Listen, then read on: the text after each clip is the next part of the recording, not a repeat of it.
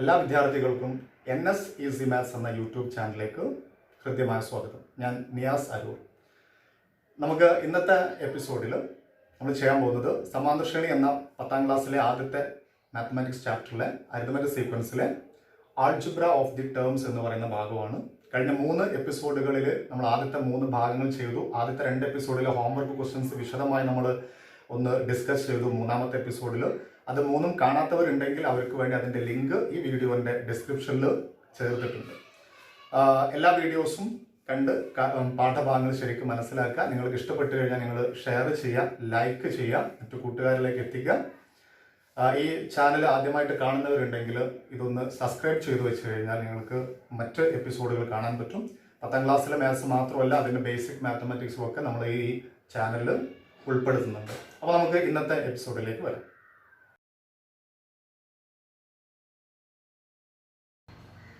ഇന്നത്തെ ക്ലാസ്സിൽ നമ്മൾ ഡിസ്കസ് ചെയ്യുന്നത്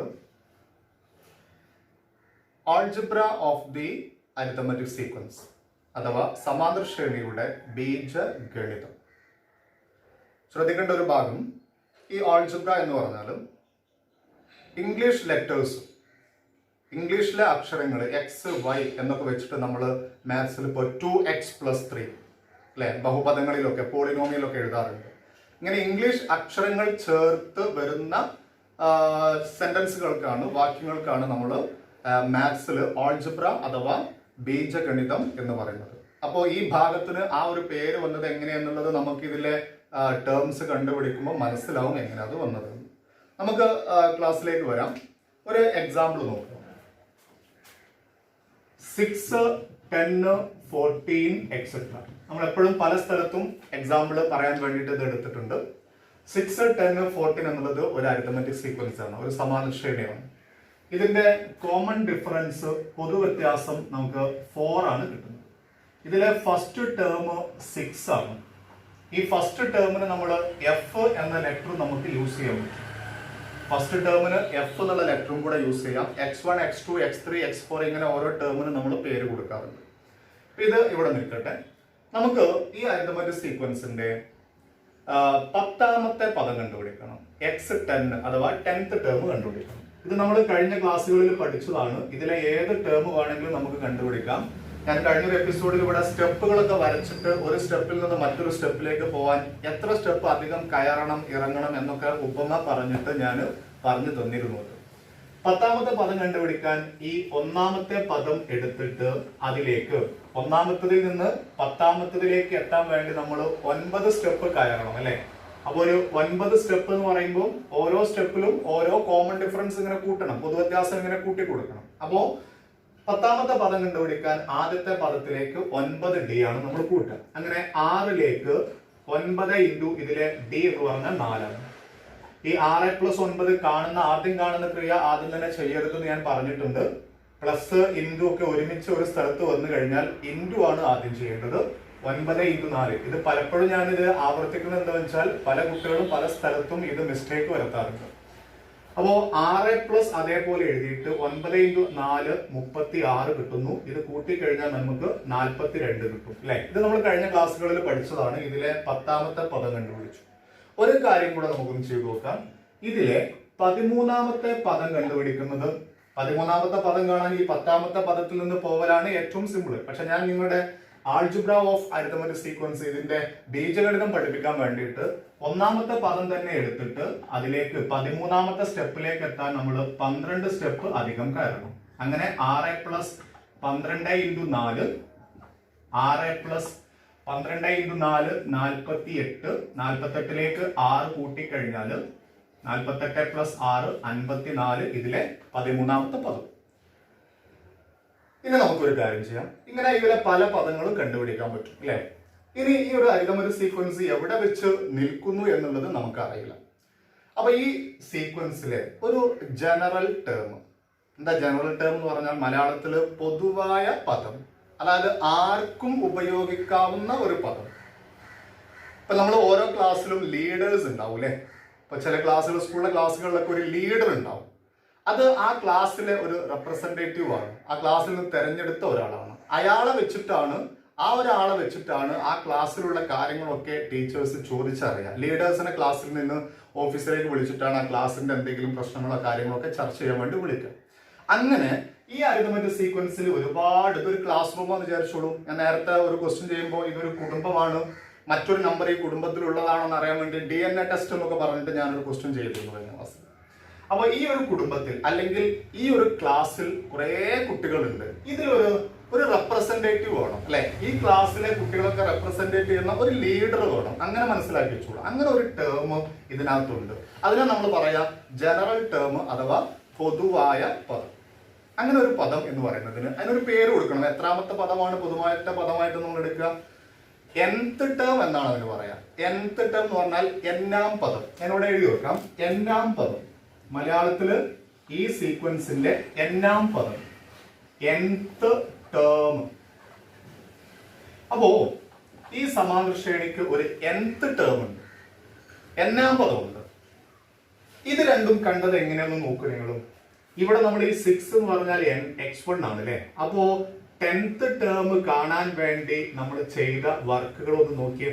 10th ടേം കാണാൻ വേണ്ടി ഒന്നാമത്തെ ടേമിലേക്ക് 9D ആണ് കൂട്ടിയത്. അതായത് ഈ 10ൽ നിന്ന് ഒന്ന് കുറച്ചതാണ് ഇവിടെ കൂട്ടിയത്. 13ാമത്തെ പദം കാണാൻ വേണ്ടിയിട്ട് x1ലേക്ക് കൂട്ടിയത് 12D ആണ്. ഈ 12 എവിടുന്നാ വന്നത്? 13ൽ നിന്ന് ഒന്ന് കുറച്ചതാണ്. അങ്ങനെയാണെങ്കിൽ 7ാമത്തെ പദം കണ്ടുപിടിക്കാൻ x1ലേക്ക് 6D കൂട്ടിയാൽ പോരെ? കാര്യങ്ങൾ മനസ്സിലാവുന്നുണ്ടോ? 7ാമത്തെ പദം കണ്ടുപിടിക്കാൻ ഫസ്റ്റത്തെ ടേമിലേക്ക് 6D കൂട്ടിയാൽ മതി. അപ്പൊ നമുക്ക് ആ ഒരു കോൺസെപ്റ്റ് ഇവിടേക്ക് ഉപയോഗിക്കാം. എന്നാം പദം കണ്ടുപിടിക്കാൻ, nth ടേം കണ്ടുപിടിക്കാൻ ഫസ്റ്റിലെ ടേമിലേക്ക്, nth ടേമിന് ഞാൻ xn എന്ന് പേര് കൊടുക്കാം. അങ്ങനെ കൊടുത്തൂടെ? x9 എന്ന് പറഞ്ഞാൽ എന്താ? 9th term. അപ്പൊ xn എന്ന് പറഞ്ഞാൽ nth ടേം. nth ടേം കണ്ടുപിടിക്കാൻ ഒന്നാമത്തെ ടേമിലേക്ക് എത്രയാണ് കൂട്ടേണ്ടത്? എത്ര D കൂട്ടണം? ഒന്ന് ആലോചിച്ചു നോക്കി നിങ്ങൾ. ഈ 3 കാര്യങ്ങൾ വെച്ചിട്ട് ആലോചിച്ചാൽ മതി. 10ാമത്തെ ടേം കാണാൻ 9D കൂട്ടി, 13ാമത്തെ ടേം കാണാൻ 12D കൂട്ടി, 7ാമത്തെ ടേം കാണാൻ 6D കൂട്ടിയാൽ 100ാമത്തെ ടേം കണ്ടുപിടിക്കാൻ 99D അല്ലേ കൂട്ടാം? അങ്ങനെയാണെങ്കിൽ nth ടേം കണ്ടുപിടിക്കാൻ n ഒന്ന് കുറച്ചിട്ട് കൂട്ടണം അല്ലെ? n ഒന്ന് കുറക്കുമ്പോ ഇംഗ്ലീഷ് ആൽഫബറ്റ് ഇങ്ങനെ നോക്കിയിട്ട് ABCDFG അങ്ങനെ പറഞ്ഞിട്ട് MN എന്നാണല്ലോ വരിക. അപ്പൊ n ഒന്ന് കുറക്കുമ്പോ തൊട്ട് ബാക്കിൽ M എന്നൊന്നും പറഞ്ഞേക്കരുത്. n നിന്ന് ഒന്ന് കുറച്ചാൽ അത് n-1. അപ്പൊ നമുക്ക് x1ലേക്ക് ആഡ് ചെയ്യേണ്ടത് n-1D എന്നാണ്. ഇങ്ങനെ എഴുതി വെച്ചാൽ തെറ്റാണ്. n-1D എന്ന് പറഞ്ഞാൽ ഇതിൽ 1 into D എന്ന് അതിനെ വായിക്കാം. n-1 ചെയ്തിട്ടേ D കൊണ്ട് ഗുണിക്കാവൂ. അപ്പൊ നമ്മൾ അതിനൊരു ബ്രാക്കറ്റിൽ ഇട്ട് വെക്കണം. ഇങ്ങനെ xn കണ്ടുപിടിക്കാൻ x1ലേക്ക് n-1D കൂട്ടിയാൽ മതി. നമുക്ക് ഇതിന്റെ ഈ സീക്വൻസിൽ ഈ എന്നാം പദം എത്രയെന്നൊന്ന് കണ്ടുപിടിച്ചു നോക്കാം. നമുക്ക് ഈ അരിതമെറ്റിക് സീക്വൻസിന്റെ nth ടേം, അപ്പൊ ആദ്യത്തെ ഈ 3 ടേംസ് നമുക്ക് കിട്ടി. അതിൽ നമ്മൾ പൊതുവ്യത്യാസം എഴുതി x1 ഒക്കെ എഴുതി വെച്ചിട്ട് ഈ 10ാമത് നമ്മളിപ്പോ ചെയ്ത് കണ്ടുപിടിച്ചിരുന്നു. 42 ആയിരുന്നു കിട്ടിയത്. 13ാമത്തെ പദം ചെയ്ത് കണ്ടുപിടിച്ചപ്പോൾ 54 കിട്ടി. 7ാമത്തെ പദം ചെയ്ത് കണ്ടുപിടിക്കാൻ വേണ്ടിയുള്ള ഫോർമുല നമ്മൾ എഴുതി വെച്ചിരുന്നു. അത് ചെയ്ത് കഴിഞ്ഞാൽ 6+6D ആണ് 7ാമത്തെ പദം കിട്ടാൻ വേണ്ടിയിട്ട് 6D ആണ് കൂട്ടേണ്ടത്. അപ്പൊ 6 × 4 24 കൂട്ടിക്കഴിഞ്ഞാൽ 30 കിട്ടും അല്ലെ? നമുക്ക് ഇതേ ഒരു സംഭവം വെച്ചിട്ട് നമ്മൾ nth ടേം കണ്ടുപിടിക്കാനുള്ള ഫോർമുലയായിട്ട് ഇപ്പൊ നമ്മൾ കണ്ടെത്തിയ ഒരു തന്ത്രം, ഒരു ഫോർമുല, ഒരു സൂത്രവാക്യമായിട്ട് ഒരു ഐഡിയ നമുക്ക് കിട്ടിയത് ഫസ്റ്റത്തെ ടേമിലേക്ക് n ഒന്ന് കുറച്ചിട്ട് കൂട്ടിയാൽ മതി. n ഒന്ന് കുറച്ചിട്ട് D കൊണ്ട് മൾട്ടിപ്ലൈ ചെയ്തിട്ട് കൂട്ടിയാൽ മതി. നമുക്കൊന്ന് ചെയ്ത് നോക്കാം. എന്നാം പദം xn സമം x1 എന്നുള്ളടുത്ത് 6 കൊടുത്തു. n-1 നമുക്ക് അറിയൂല കേട്ടോ, അതൊന്നും ചെയ്തു വെക്കരുത്. n ഒന്ന് കുറച്ചാൽ എത്രയാന്നുള്ളത് n എത്രയാണെന്ന് അറിയാതെ n ഒന്ന് കുറച്ചാൽ എന്താണെന്നൊന്നും പറയാൻ കഴിയില്ല. n-1 into പൊതുവ്യത്യാസം 4. ഇനി ഇതിനെ നമ്മൾ എങ്ങനെ ചെയ്യാം? നന്നായിട്ട് ശ്രദ്ധിച്ച് പഠിക്കുക. എങ്ങനെ നമുക്ക് ഇത് വർക്ക്ഔട്ട് ചെയ്യാം? ബ്രാക്കറ്റ് ഉണ്ടെങ്കിൽ ആ ബ്രാക്കറ്റിന്റെ ഉള്ളിലുള്ള വർക്കാണ് ആദ്യം ചെയ്യേണ്ടത്. പക്ഷെ അതിന്റെ ഉള്ളിലുള്ള വർക്ക് നമ്മൾ ചെയ്യാൻ കഴിയില്ല, കാരണം n ഒന്ന് കുറക്കാൻ അറിയില്ല. ഇനി നമ്മൾ ചെയ്യേണ്ടത് ഇൻറ്റു അല്ലേ, അല്ലാതെ ഇത് കൂട്ടാൻ പറ്റില്ല. ഞാൻ പലപ്പോഴായിട്ട് പറയാറുണ്ട്, മൾട്ടിപ്ലിക്കേഷൻ കഴിഞ്ഞിട്ടാണ് കൂട്ടുന്നത് ചെയ്യേണ്ടത്. ഈ 4 കൊണ്ട് മൾട്ടിപ്ലൈ ചെയ്യേണ്ടത്, ഗുണിക്കേണ്ടത് ഇവരെ 2 പേരെയും ഗുണിക്കണം. 4 കൊണ്ട് ഇവരെ 2 ആളെയും ഗുണിക്കണം. അപ്പൊ 6 പ്ലസ് 4 കൊണ്ട് n നെ ഗുണിച്ചു കഴിഞ്ഞാൽ 4n 4 കൊണ്ട് -1 ഗുണിച്ചാൽ -1 × 4 -4. ഇനി ഇതിൽ എന്തെങ്കിലും ചെയ്യാൻ പറ്റുമോ നോക്കാം. 6+4 എന്ന് ചില കുട്ടികൾ ശ്രദ്ധിച്ച് കേൾക്കണേ, ക്ലാസ് പലരും മിസ്റ്റേക്ക് വരുത്തുന്ന സ്ഥലമാണ് ഞാൻ ഒന്നുകൂടെ സ്ട്രെസ് ചെയ്ത് പറയുന്നത്. ചില കുട്ടികൾ ഈ 6ഉം 4 എന്നും അങ്ങോട്ട് കൂട്ടിയിട്ട് 10 എന്ന് എഴുതി കൊടുക്കും. 6ഉം 4 എന്നും കൂട്ടിയിട്ട് 10 എന്ന് 4 കുറക്കുമ്പോൾ 6 എന്ന് ഇങ്ങനെയൊക്കെ എഴുതി വെക്കും. ഇതൊക്കെ ശ്രദ്ധിക്കേണ്ട വിഷയം. ഇത് 6, ഈ n എന്നുള്ളത് ഒരു പേന എന്നാണ് വിചാരിച്ചോളൂ. 6 കൂട്ടണം 4 പേന, എന്താ ആൻസർ എന്ന് പറഞ്ഞേ. 6ലേക്ക് 6ഉം 4 പേനയും കൂട്ടിയാൽ 10 പേന കിട്ടുന്ന കണക്ക് ആർക്കെങ്കിലും അറിയോ? എനിക്കറിയില്ല. 6ഉം 4 പേനയും കൂട്ടിയാൽ ഇല്ല, 6 പേനയും 4 പേനയും കൂട്ടിയാൽ 10 പേന. അത് കറക്റ്റ് അല്ലേ? 6 പേനയും 4 പേനയും കൂട്ടിയാൽ 10 പേന. പക്ഷെ ഈ 6ന്റെ കൂടെ പെന്ന് എന്നുണ്ടോ? ഇല്ല. 4ന്റെ കൂടെ അല്ലേ പേന ഉള്ളൂ. അപ്പൊ ഇത് കൂട്ടാൻ കഴിയില്ല. ഈ 4 എന്നിലേക്ക് നമുക്ക് ഒന്നും ഇതിലേക്ക് ചേർക്കാൻ കഴിയില്ല. 4 എന്ന് അവിടെ തന്നെ നിൽക്കട്ടെ. പക്ഷെ ഇത് രണ്ടും നമുക്ക് കൂട്ടിക്കൂടെ? 6ന്ന് 4 കുറച്ചുകൂടെ. 6 കുറക്കണം 4 എത്ര കിട്ടുക? 2 കിട്ടും. +2. ആൻസർ കഴിഞ്ഞു കേട്ടോ. 4 എന്നും 2ഉം കൂട്ടിയിട്ട് 6 എന്നും എഴുതി വെക്കരുത്. അത് കൂട്ടാൻ പറ്റാത്തതാണ്. അത് ലൈക്ക് ടേംസ് അല്ല, ഒരേ ജാതിയിലുള്ള പദങ്ങളല്ല. 4ന്റെ കൂടെ n ഉണ്ട്, 2ന്റെ കൂടെ ഒരു n ഉണ്ടെങ്കിൽ നിങ്ങൾക്ക് ആഡ് ചെയ്യാം. 4n ഉം 2n ഉം കൂട്ടിയാൽ 6n കിട്ടും. ഇപ്പൊ നമുക്ക് ഇത് ഇവിടെ വെച്ച് നിർത്തുക അല്ലാതെ മറ്റ് നിർവാഹങ്ങളില്ല. അപ്പോ ഈ അരിത്തമെറ്റിക് സീക്വൻസിന്റെ n-ാം പദം nth ടേം അതാണ് ഇപ്പൊ കിട്ടിയിട്ടുള്ളത്. ഒന്ന് ശ്രദ്ധിച്ചു നോക്ക്, നന്നായിട്ട് ശ്രദ്ധിക്കുക. ഇതിന്റെ ഒരു പൊതുവായ പദമാണ് നമ്മളിപ്പോ കണ്ടുപിടിച്ചത്. ആ പൊതുവായ പദത്തിന് നമ്മൾ പേരിട്ടത് n-ാമത് വരുന്ന പദം. കിട്ടിയത് 4n+2. ഇതുപോലെയാണോ ഈ കിട്ടിയ ആൻസർ? 10-ാം പദം 42, ഇതുപോലെയാണോ ഇതും? അല്ല. ഈ 13-ാമത്തെ പദം 54, അതുപോലത്തെ ഒരു സംഖ്യയാണോ ഇതും? അല്ല. 7-ാമത്തെ പദം 30, ഇതുപോലത്തെ ഒരു സംഖ്യയാണോ ഇതും? അല്ല. എന്താ വ്യത്യാസം? ഇതൊക്കെ കറക്റ്റ് നമ്പേഴ്സ് ആണ് അല്ലെ. ഇത് 42, ഇത് 54, ഇത് 30. എന്നാൽ ഇവിടെ ഈ നമ്പറിന്റെ കൂട്ടത്തിൽ ഒരു n കണ്ടോ? ഒരു ഇംഗ്ലീഷ് അക്ഷരം കണ്ടില്ലേ? ഒരു ആൽഫബറ്റ് കണ്ടില്ലേ? ഇങ്ങനെ ഇംഗ്ലീഷ് അക്ഷരം വരുന്ന ആ വേർഡിന്, ആ സെന്റൻസിന്, ആ വാക്യത്തിന് നമ്മൾ പറയുന്ന പേരല്ലേ ബീജഗണിതം അഥവാ ആൾജിബ്ര. അപ്പോ ഈ nth ടേമിന് പറയുന്ന പേരാണ് algebra of an arithmetic sequence അഥവാ സമാന്തര ശ്രേണിയുടെ ബീജഗണിതം. ഈ സമാന്തര ശ്രേണിയുടെ ബീജഗണിതമാണ് ഇത് 4n+2. ഇനി ഇതിൽ ഒരുപാട് പ്രത്യേകതകളുണ്ട്, അത് നമുക്കൊന്ന് പഠിക്കാം. അപ്പോൾ ഇതുവരെ ചെയ്ത കാര്യങ്ങളൊക്കെ ഞാനിവിടെ എഴുതി വെച്ചിട്ടുണ്ട്. ഈ സമാന്തര ശ്രേണിയുടെ പൊതുവ്യത്യാസം, ആദ്യപദം, ഇത്രയും പദങ്ങൾ നമ്മൾ ആദ്യം കണ്ടുപിടിച്ചു. അതിൽ നിന്ന് നമ്മൾ ഒരു ഫോർമുല ക്രിയേറ്റ് ചെയ്തു, nth ടേം n-ാം പദം കണ്ടുപിടിക്കാൻ. ആ n-ാം പദം കണ്ടുപിടിച്ചപ്പോൾ നമുക്ക് ആൻസർ ഇതാ ഇങ്ങനെ കിട്ടി.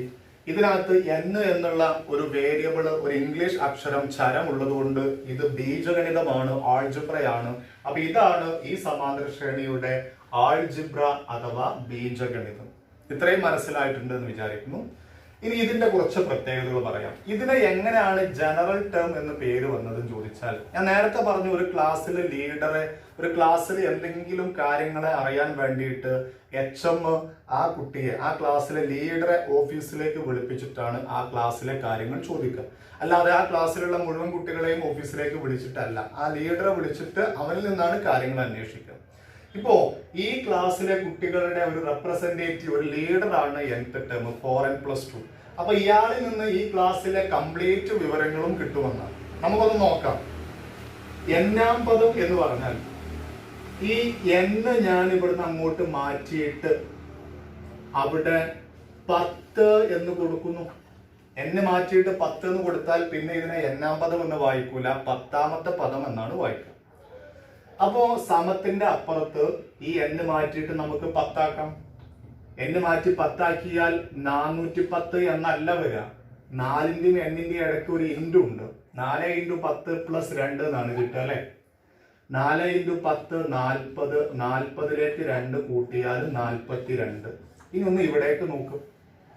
ഇതിന്റെ 10-ാമത്തെ പദം 42 നമുക്ക് നേരത്തെ കിട്ടിയിരുന്നു. അപ്പൊ ഈ 10-ാമത്തെ പദം n-ാം പദത്തിൽ നിന്ന് കണ്ടുപിടിക്കാൻ പറ്റും.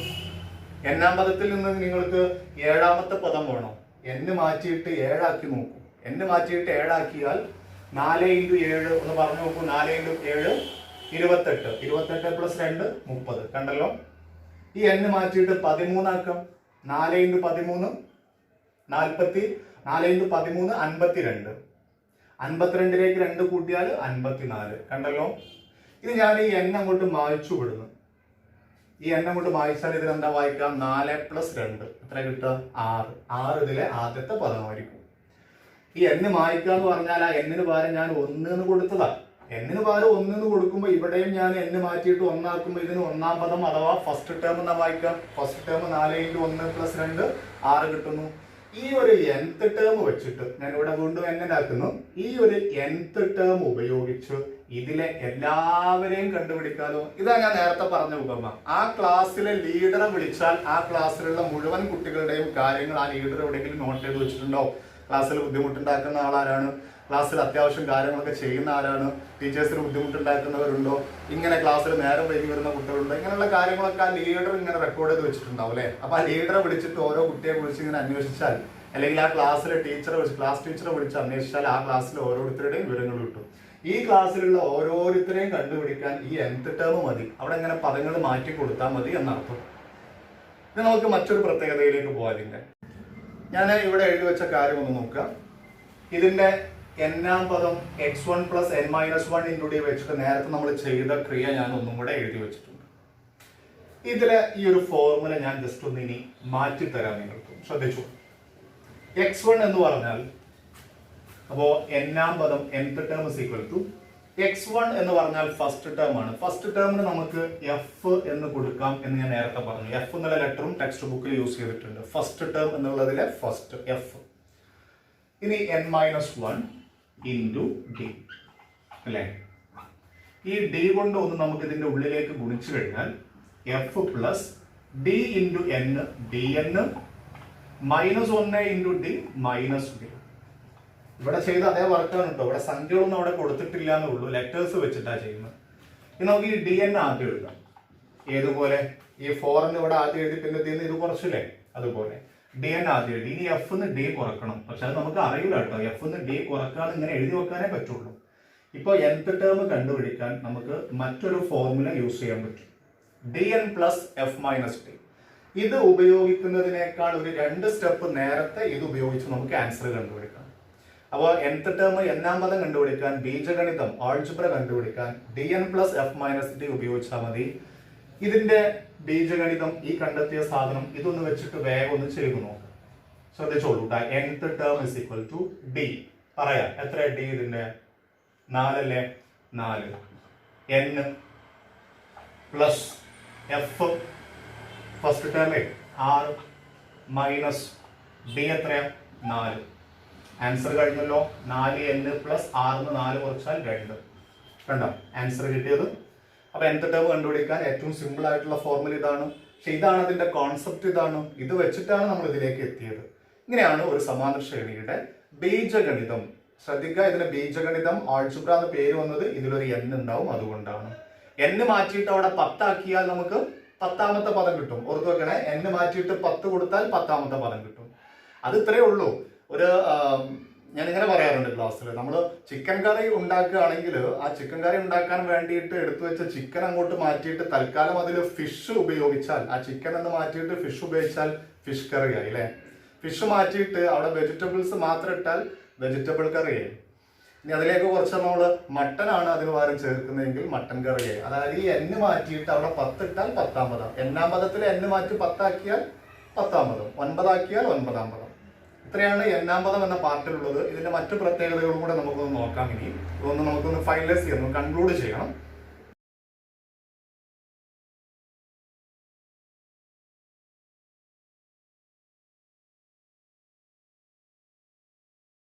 സമാന്തര ശ്രേണിയുടെ ബീജഗണിതം അഥവാ ആൾജിബ്ര, n-ാം പദം, nth ടേം, ഇങ്ങനെയൊക്കെ പറയാം. അതുമായി ബന്ധപ്പെട്ട കുറച്ച് കാര്യങ്ങൾ, ഇമ്പോർട്ടൻറ്റ് നോട്ടുകൾ പഠിച്ചു വെക്കാൻ വേണ്ടിയിട്ട് ഈ ഒരു ടേബിൾ ശ്രദ്ധിക്കുക. ഞാൻ 4 അരിത്തമെറ്റിക് സീക്വൻസ്, 5 അരിത്തമെറ്റിക് സീക്വൻസുകൾ സമാന്തര ശ്രേണികൾ ഇവിടെ എഴുതിയിട്ടുണ്ട്.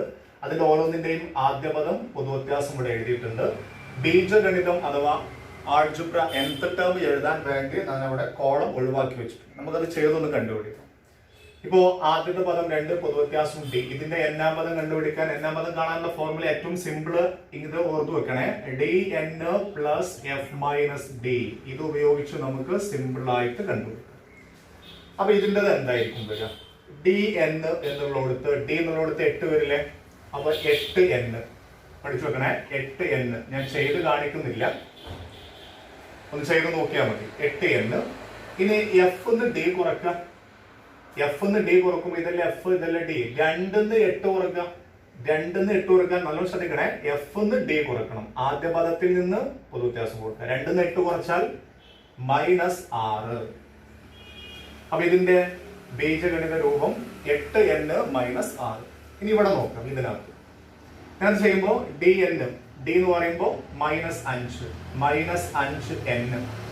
ഞാൻ ഇനി അവിടെ പ്ലസ് മൈനസ് ഒന്നും ഇട്ട് വെക്കാത്തത് കുറച്ചതിന് ശേഷം എന്താ വരുന്നത് അതുകൊണ്ട് എഴുതി വെച്ചാൽ മതി. ഈ dn കഴിഞ്ഞിട്ട് പ്ലസ് ആണെന്ന് കരുതി എപ്പോഴും പ്ലസ് ഇട്ട് വെക്കണ്ട. അപ്പൊ ഇവിടെ പ്ലസ് അല്ലല്ലോ വന്നത്, മൈനസ് അല്ല വന്നത്. കാരണം f d കുറക്കുമ്പോൾ ഇവിടെ ചെറിയ സംഖ്യയിൽ വലിയ സംഖ്യ കുറക്കേണ്ടത് വന്നു. അപ്പൊ മൈനസ് ഇട്ടു.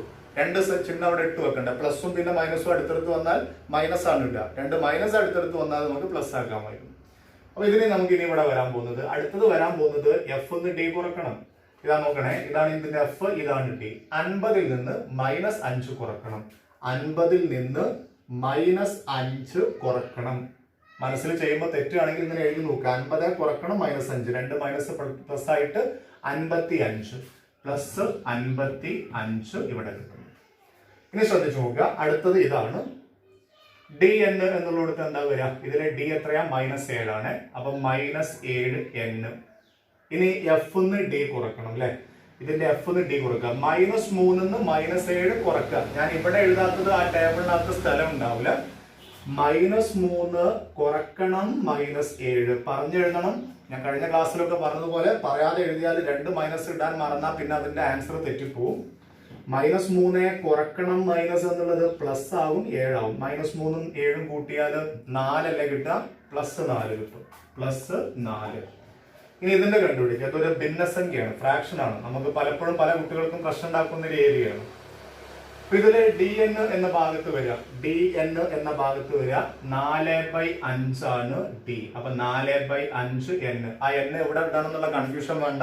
4ന്റെ കൂടെ ഇടാം, 5ന്റെ കൂടെ ഇട്ട് വെക്കണ്ട, അടിയിൽ ഇട്ട് വെക്കണ്ട. 4/5 എന്നല്ല, 4ന്റെ കൂടെ ഇടാം, അല്ലെങ്കിൽ സെന്ററിൽ കൊടുത്താൽ മതി. 4/5n. ഇനി അടുത്തത് വരിക f - d. 3/5 കുറക്കണം 4/5. 3/5 കുറക്കണം 4/5. ഇതെങ്ങനെ കുറക്കുന്നത്? ഒരേ ഡിനോമിനേറ്റർ ഛേദം വന്നാലും അതേ നമ്പർ അടിയിൽ എഴുതിയിട്ട് 3 5 കുറക്കുക. എളുപ്പത്തിൽ 4 3 കുറക്കരുതേ. സോറി, 3 5 അല്ല, 3 4 കുറക്കുക. 3 4 കുറച്ചാൽ -1. അപ്പൊ ഇവിടെ എഴുതാൻ പോകുന്നത് -1/5 എന്നാ. -1/5 എന്ന് എഴുതേണ്ട ഇങ്ങനെയാ, -1/5 ഇങ്ങനെ ഇട്ടാൽ മതി. ഇനി ഇവിടെ വരാം നമുക്ക്. ഇതില് dn എന്നുള്ളടത്ത് വരെ d 9 ആയതുകൊണ്ട് 9n അല്ലെ? ഇനി f - d ഇവിടെ എത്ര വരെ ഒന്ന് ശ്രദ്ധിച്ചു നോക്കിയേ. ഇവിടുത്തെ f 9 ആണ്, d 9 ആണ്. അപ്പൊ 9 - 9 വരും. എത്രയാണ്? 0. ഇവിടെ ഞാൻ ഈ പ്ലസ് ഇട്ടിട്ട് ഒരു 0 ഇവിടെ എഴുതി വെക്കേണ്ട ആവശ്യമുണ്ടോ? 0 ആയതുകൊണ്ട് വേണ്ട. അപ്പൊ 9 എന്ന് മാത്രമേ ഉള്ളൂ. തൽക്കാലം അവിടെ 0 അവിടെ നിൽക്കട്ടെ. ഇതുപോലെ അത് സംഭവം ആവാൻ വേണ്ടിട്ട് 0 അവിടെ നിൽക്കട്ടെ. ഇനി കിട്ടിയ ആൻസറുകളൊക്കെ ഒന്ന് ഈ 5 എക്സാമ്പിളിന്റെയും എന്നാം പദം ബീജഗണിതം കിട്ടിയതൊന്ന് നോക്കുക. എല്ലാത്തിനും ഒരു പ്രത്യേക ഓർഡർ ഉണ്ട്, ശ്രദ്ധിച്ചു നോക്കണേ. 8n, ഒരു n ഉള്ള ടേം ഉണ്ടാവും അല്ലെ? n ഉള്ളൊരു പദമുണ്ട്, പിന്നെ n ഇല്ലാത്ത ഒരു സംഖ്യ ഉണ്ട്. അപ്പോ ഏതൊരു സമാന്തര ശ്രേണിയുടെയും ബീജഗണിതം അഥവാ ആൾജിബ്ര, അതിനെ മറ്റെന്താ പറയാ? nth ടേം, മലയാളത്തില് എന്നാം പദം. അതിനൊക്കെ ഒരു പൊതുവായ രൂപമുണ്ട്. ഏത് രൂപത്തിലാണ് വരാൻ ചോദിച്ചാൽ, സ്റ്റാർട്ടിങ്ങിൽ ഒരു നമ്പർ കഴിഞ്ഞിട്ട് n, അത് കഴിഞ്ഞിട്ട് പിന്നെ ഒരു നമ്പർ. അപ്പൊ നമുക്ക് അതിനെ ഒന്ന് ജനറലൈസ് ചെയ്തിട്ട് ഇങ്ങനെ എഴുതിക്കൂട്ടെ. ഏത് nth ടേമും വരിക an പ്ലസ് ബി എന്ന രൂപത്തിലായിരിക്കും ഏതൊരു സമാന്തര ശ്രേണിയുടെയും അരിതമെറ്റിക് സീക്വൻസിന്റെയും ബീജഗണിതത്തിന്റെ രൂപം. ബീജഗണിതം കാണാനുള്ള ഫോർമുല അല്ല കേട്ടോ, ഫോർമുല നേരത്തെ പഠിപ്പിച്ചു. കിട്ടിയ ആൻസർ ഈ രൂപത്തിലായിരിക്കും. ഏത് രൂപത്തില്? an plus B. അതൊക്കെ ഈ രൂപത്തിലല്ലേ നോക്കിയേ. എന്താ ഇവിടെ എയും ബിയും? ഒരു സംശയം വരും അവിടെ. എവിടുന്ന ഈ എയും ബിയും കിട്ടിയത്? എയും ബിയും രണ്ട് ഫിക്സഡ് നമ്പറാണ്, രണ്ട് സ്ഥിര സംഖ്യകളാണ്, ഏതോ രണ്ട് സംഖ്യകൾ. ഇതിൽ എത്ര എയും ബിയും ഒന്ന് നോക്കിയിട്ട് പറ. ഇതിലെ എ 8 ബി -6 ഇതിലെ എ -5 ആണ്, ബി എത്ര 55 ഇതിലെ എ -7, ബിന്റെ വാല്യൂ 4. ഇതിലെ എ എത്രയാ 4/5, ബി എത്രയാ -1/5. ഇതിലെ എയും ബി ഒന്ന് പറഞ്ഞു നോക്കിയാൽ എ 9, ബി എത്രയാ? ഇതിലെ ബി ഇവിടെ ഇല്ല, 0. 0 ആയിക്കോട്ടെ, 0 ഒരു സംഖ്യയാണോ, അത് നിസ്സാരമായി കാണണ്ട. അപ്പോ ഈ രൂപത്തിൽ എക്കും ബിക്കും പകരം ഏതെങ്കിലും രണ്ട് നമ്പർ വരും. ഒരു കാര്യം കൂടെ ശ്രദ്ധിച്ചു നോക്കിയാൽ ഈ എയും ബിയും ഒന്ന് കൂട്ടിയാലും ഇതിലെ ഈ എയും ബിയും കൂടെ ഒന്ന് കൂട്ടിയാൽ നിങ്ങൾക്ക് പൊതുവ്യത്യാസം കിട്ടുന്നില്ലേ നോക്കിയേ. ശ്രദ്ധിച്ചു കേട്ടോ. 8ഉം -6ഉം കൂട്ടിയാൽ എത്രയാ? പൊതുവ്യത്യാസം അല്ല കേട്ടോ കിട്ടുക. എയും ബിയും ഒന്ന് കൂട്ടിയാൽ നമുക്ക് എഫ് കിട്ടും, ആദ്യത്തെ പദം കിട്ടും. സോറി, ഈ 8ലേക്ക് -6 കൂട്ടിയാൽ എത്ര? അല്ലെങ്കിൽ 8 6 കുറച്ച് ഈ എന്നിട്ട് കവർ ചെയ്ത് നോക്കൂ. 8 6 കുറച്ചാൽ 2, ആദ്യ പദം 2. എന്ന് കവർ ചെയ്തു. -5ലേക്ക് 55 കൂട്ടിയാൽ 50, ആദ്യത്തെ പദം. എന്ന് കവർ ചെയ്ത് നോക്കുക. -7ലേക്ക് 4 കൂട്ടിയാൽ -3 കിട്ടുന്നു, ആദ്യ പദം. എന്ന് കവർ ചെയ്ത് നോക്കുക. 4/5 1/5 കുറച്ചാൽ 3/5, ആദ്യ പദം. എന്ന് കവർ ചെയ്ത് നോക്കുക. 9 മാത്രം, അല്ലെങ്കിൽ 9 + 0 എത്ര കിട്ടുക? ആദ്യ പദം 9. പിന്നെ ഈ എന്നിന്റെ കൂടെയുള്ള ആൾക്കാരെ നിങ്ങൾ ശ്രദ്ധിച്ചു നോക്കിയോ? എന്നിന്റെ കൂടെയുള്ള ആൾക്കാർ 8 ആരാ? -5 ആരാണ്? -7 ആരാണ്? 4/5 ആരാണ്? 9 ആരാണെന്ന് ചോദിച്ചാൽ അതൊക്കെ ഈ കോളത്തിലുള്ള ആൾക്കാരല്ലേ നോക്കിയേ. ഇതിൽ 8 എന്ന് പറഞ്ഞാൽ പൊതുവ്യത്യാസം, -5 ഇതിലെ പൊതുവ്യത്യാസം, -7 ഇതിലെ പൊതുവ്യത്യാസം ഒക്കെ അതേ രൂപത്തിലാണ് വരിക. അപ്പൊ നന്നായിട്ട് ശ്രദ്ധിച്ചു. ഒരു സമാന ശ്രേണിയുടെ ബീജഗണിത രൂപം ആൾജിബ്ര എപ്പോഴും an+b എന്നുള്ള രൂപത്തിലായിരിക്കും വരിക. an+b എന്നുള്ള രൂപത്തിൽ വരുമ്പോൾ ഈ എയും ബിയും ആഡ് ചെയ്താൽ കൂട്ടിയാൽ അതിലെ ഫസ്റ്റ് ടേം കിട്ടും. പിന്നെ ഈ എന്നിന്റെ കൂടെ വരുന്ന നമ്പർ, ഈ എന്നിന്റെ കൂടെ വരുന്ന നമ്പറിന് ഒരു പേരുണ്ട് മാത്തമാറ്റിക്സിൽ. ഒരു വേരിയബിളിന്റെ കൂടെ വരുന്ന നമ്പറിന് ഇപ്പൊ നമ്മള് 2x ഈ 2ന് നമ്മൾ പറയാ ഈ എക്സിന്റെ ഗുണകം എന്നാണ് മലയാളത്തിൽ പറയാം. കോഎഫിഷ്യന്റ് എന്ന് ഇംഗ്ലീഷിൽ പറയും. അപ്പൊ ഇതിലൊക്കെ എന്നിന്റെ കോഎഫിഷ്യന്റ്, എന്നിന്റെ ഗുണകമായി വരുന്ന നമ്പർ ഇതിലെ പൊതുവ്യത്യാസമായിരിക്കും, കോമൺ ഡിഫറൻസ് ആയിരിക്കും. ഇതാണ് ഈ nth ടേമിന്റെ അഥവാ ബീജഗണിത രൂപത്തിന്റെ മറ്റു ചില പ്രത്യേകതകൾ. നന്നായിട്ട് നോട്ട് ചെയ്ത് നോക്കുക ഓരോ കാര്യങ്ങൾ. പ്രധാനപ്പെട്ട ഡെഫിനിഷൻസ് സ്ക്രീനിൽ കാണാൻ പറ്റും.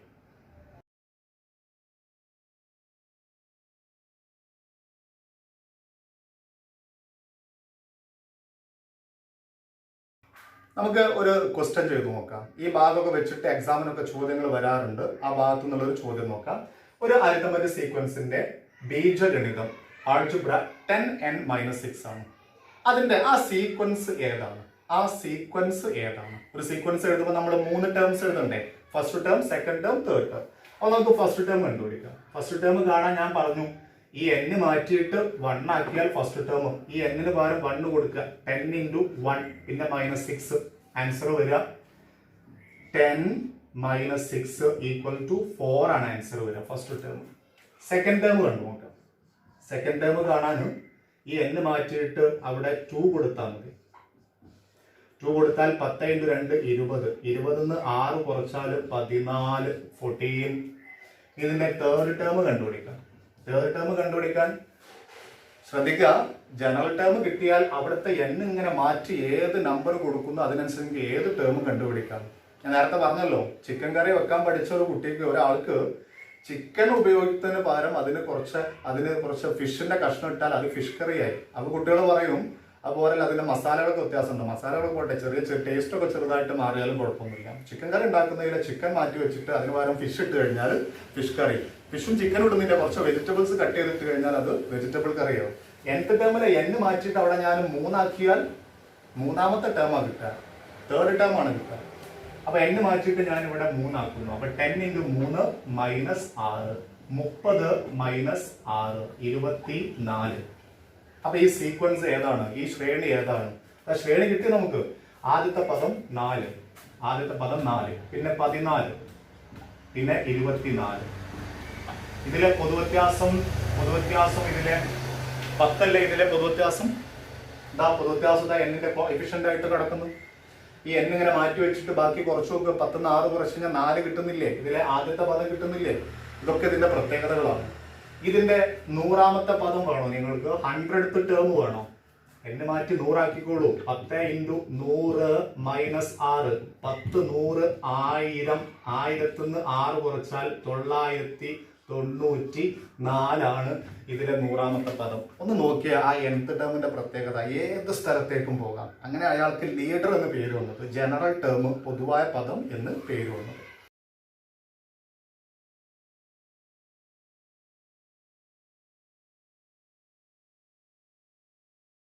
ഈ സെക്ഷനിൽ നമുക്ക് ഒരു ക്വസ്റ്റ്യന്റെ ആൻസറും കൂടെ ചെയ്യുന്നത് പരിചയപ്പെട്ടിട്ട് നമുക്ക് തൽക്കാലം ഇത് വൈൻഡപ്പ് ചെയ്യാം. ഒരു ക്വസ്റ്റ്യൻ ശ്രദ്ധിക്കാം. ഇവിടെ ഒരു സീക്വൻസ് എഴുതിയിട്ടുണ്ട്. 12, 20, 28. ഇവിടെ നിൽക്കട്ടെ. ഇതിലെ പൊതുവ്യത്യാസം എത്രയാണ്? പൊതുവ്യത്യാസം ഇല്ലെങ്കിൽ ഇത് അരുന്നത സീക്വൻസ് ആവുന്നില്ല. പൊതുവ്യത്യാസം 8 അല്ലേ കിട്ടാം. 20 12 കുറച്ചാൽ 8 കിട്ടും. ഇതിലെ ആദ്യത്തെ ടേം x1 എന്ന് പറയുന്നത് 12 ആണ്. മൂന്നാമത്തെ ടേം 28 കഴിഞ്ഞ് ഞാൻ എക്സെട്ര എന്ന് കൊടുത്തിട്ട് 244 എന്ന് എഴുതി വെച്ചിട്ടുണ്ട്. ഈ 244 എന്ന് എഴുതി വെച്ചത് ഇതിലെ ലാസ്റ്റത്തെ അവസാനത്തെ ഒരു ടേം ആയിട്ട് 244 വെച്ചിട്ട് ഇത് അവിടെ സ്റ്റോപ്പ് ചെയ്യുന്നു എന്ന് വിചാരിക്കുക. അവിടുന്ന് അവിടെ വീണ്ടും 8 കൂട്ടിക്കഴിഞ്ഞാൽ പദങ്ങൾ കിട്ടും. അപ്പൊ എക്സെട്ര ഇതിന്റെ ഇടയ്ക്ക് കുറെ പദങ്ങളുണ്ട്. 28 കഴിഞ്ഞാൽ തൊട്ടടുത്ത് 244 വരുമോ? ഇല്ലല്ലോ. 28 കഴിഞ്ഞാൽ എന്താ വരിക? 8 കൂട്ടിക്കഴിഞ്ഞാൽ എത്ര വരാം? 36 വരിക. അങ്ങനെ തുടർന്ന് പോയിട്ട് 100 ഒക്കെ കഴിഞ്ഞ് 200ന്റെ മേലെയും കഴിഞ്ഞിട്ട് ഒരു നമ്പർ 244. ചോദ്യം ഇതാണ്, ഈ സീക്വൻസിൽ, ഈ അരിത്തമെറ്റിക് സീക്വൻസിൽ എത്ര പദങ്ങളുണ്ട്? How many terms are there in this arithmetic sequence?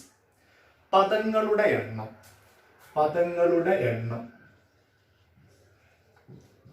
പദങ്ങളുടെ എണ്ണം അഥവാ നമ്പർ ഓഫ് ടേംസ്. ഇതിലെ പദങ്ങളുടെ എണ്ണം കണ്ടുപിടിക്കാനാണ് ചോദ്യം. അതായത് ഈ 244 ഇതിലെ എത്രാമത്തെ ആളായിരിക്കും? അതല്ലേ അതിന്റെ അർത്ഥം. ഒരു ക്ലാസ്സിൽ എത്ര കുട്ടികളുണ്ടെന്ന് അറിയാൻ ആ ക്ലാസ്സിലെ അവസാനത്തെ രജിസ്റ്ററിലെ അവസാനത്തെ കുട്ടിയുടെ നമ്പർ നോക്കിയാൽ പോരെ? മനസ്സിലായോ നിങ്ങൾക്ക്? ഒരു ക്ലാസ്സിൽ ആകെ എത്ര കുട്ടികളുണ്ട് അറിയാൻ അറ്റൻഡൻസ് രജിസ്റ്ററിലെ ഏറ്റവും അവസാനത്തെ കുട്ടിയുടെ റോൾ നമ്പർ എത്രയാണ്? ഏറ്റവും അവസാനത്തെ കുട്ടിയുടെ നമ്പർ 41 ആണെങ്കിൽ ആ ക്ലാസ്സിൽ മൊത്തം 41 കുട്ടികളുണ്ട്. അപ്പോ ഈ ക്ലാസ്സിലെ അവസാനത്തെ ആള് 244. ഇയാള് ഈ ക്ലാസ്സിലെ എത്രാമത്തെ ആളാന്ന് അറിഞ്ഞാൽ ഈ ക്ലാസ്സിൽ ആകെ എത്ര കുട്ടികളുണ്ടെന്ന് അറിയാം.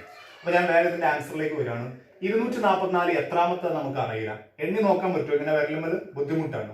അപ്പൊ 244 ഞാൻ സങ്കല്പിക്കുക ഇത് ഈ ക്ലാസ്സിലെ nth ടേം ആണെന്ന് വിചാരിക്കുക. ഇത് ഈ ക്ലാസ്സിലെ അവസാനത്തെ n-ാം പദമാണെന്ന് വിചാരിക്കുക. n-ാം പദം എന്ന് പറയുമ്പോൾ നമുക്ക് ഇതിന്റെ n-ാം പദം എത്ര നോക്കുന്നു? ഇതിന്റെ n-ാം പദം എങ്ങനെ കണ്ടുപിടിക്കാം?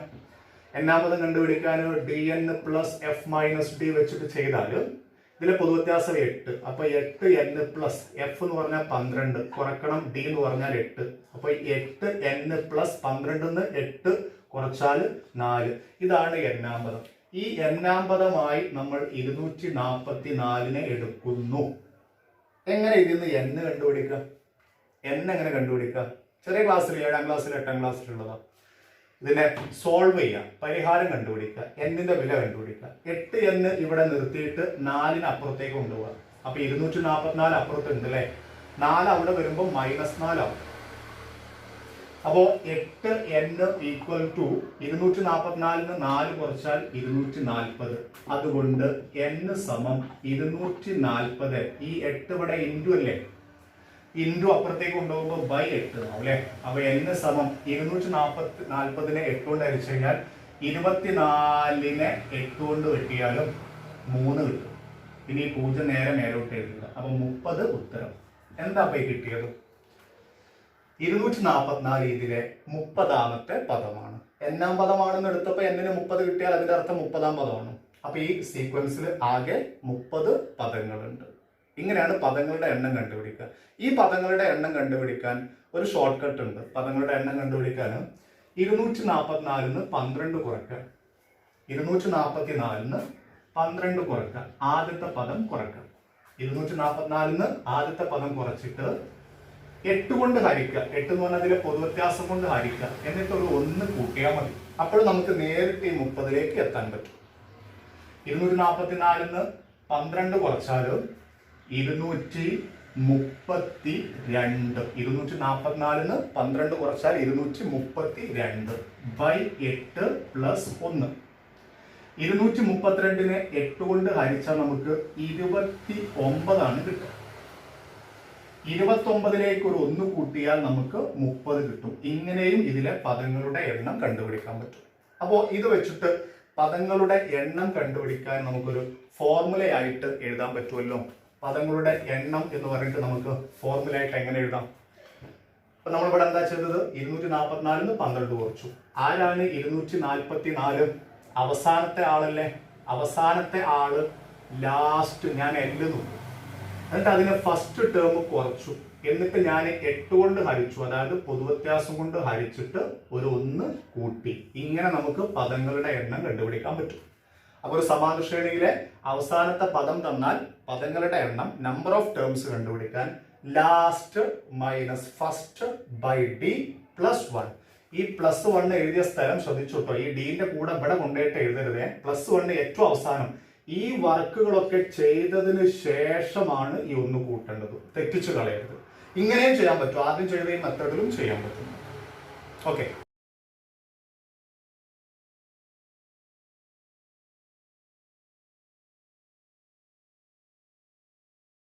നാലാമത്തെ എപ്പിസോഡിൽ നമ്മൾ ചർച്ച ചെയ്ത കാര്യങ്ങൾ ഞാനിവിടെ വൈൻഡപ്പ് ചെയ്യാണ്. എന്തെങ്കിലും ഡൗട്ടുകളൊക്കെ ഉണ്ടെങ്കിൽ നിങ്ങൾ ചോദിക്കാം.